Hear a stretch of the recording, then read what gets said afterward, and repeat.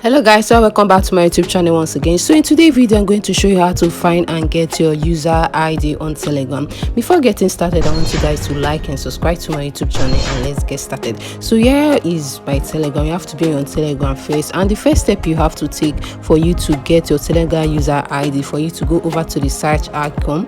At this search icon, please, you're going to type in raw data boot. So you should type in the raw data boot, and which I'm doing right now.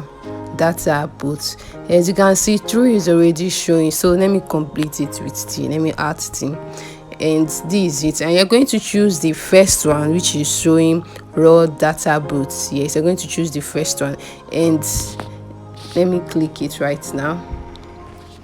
And this is showing what can this boot do for you: send in username or join chat link. So what you have to do, just to press start for you to able to get your Telegram user ID. So guys, as you can see, this is my Telegram user ID.